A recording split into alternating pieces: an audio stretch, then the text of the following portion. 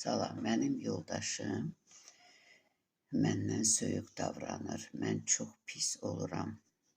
Amma o rahat həyat yaşayır. Özün daxdır. Özün isə belə şeylər olanda ailədə, evdə, istər yoldaşınla, istər qardaşınla, istər qaynana ilə, istər gəlinlə. O səhvi özün daxdır ki, mən neynədim, kimi ha vaxt qınadım, ha vaxt kimə lağ etdim, kimin qeybətini etdim, kimə bəddua söylədim və s. Ondan da bunu dadır. Başa düşdün?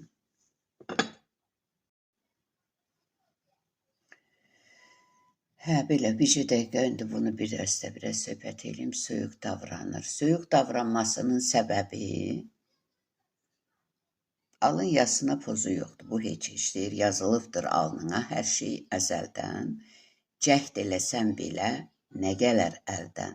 Taleyin öz əli yazıbsa fərman. Səbirdən savayı nə gəzir dərman? Bu hissəsi. Yəni səbirli olacaqsın. Çünki səbir, təmkin, dözüm imanın ən üstünüdür. Sonra fikirləşəcəksən, harada səhv etmişəm ki, mən buna layiq oldum. Bunu mən yaşayıram və yaşadım. Onun haqqında fikirləşəcəksən, imanın şərtlərinə itaət edəcəksən, etik qaydalara riayət edəcəksən, sən öz, necə deyir, o xanımlığında, öz gəlinliyində, öz səliqəndə, öz qulluğunda, yox, deyinərək yox, hikkələnərək yox, heç nə olmamış kimi, öz səliqə səhmanında, öz qulluğunda, öz gözəl söhbətlərində, o danışığında bir dənə dedikodu etsən, təbii ki, adamdan soyuyaldı. Təkəbbürlə davrandın, təbii ki, bir gün atılacaqsın. Nə qədər səni sinirəcəklər.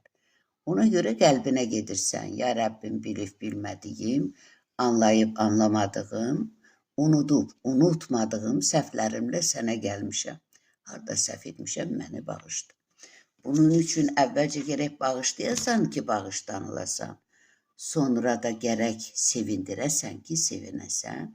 Bax, bu taleyin hökmünə, bax, bu anına, söyüq davranışına şükür oxuyasan, şükründə qalasan. Bununla Allah'tan barışasan ki, mən, təbii ki, bu harada səhv etmişəmsə, mən bunu dadıram. Elə belə olmurum. İmtihandır, bəli.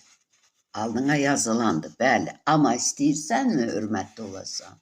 İstəyirsənmi sən urvatda olasan, söyüqluq olmasın, isti münasibət olsun, imanın şərtlərinə itaət et. İmanın şərtləri də bizim, bax, bu profildə birinci videodur.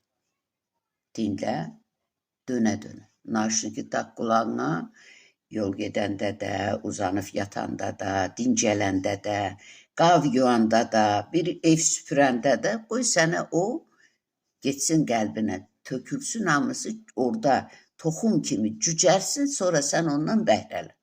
Yolu budur.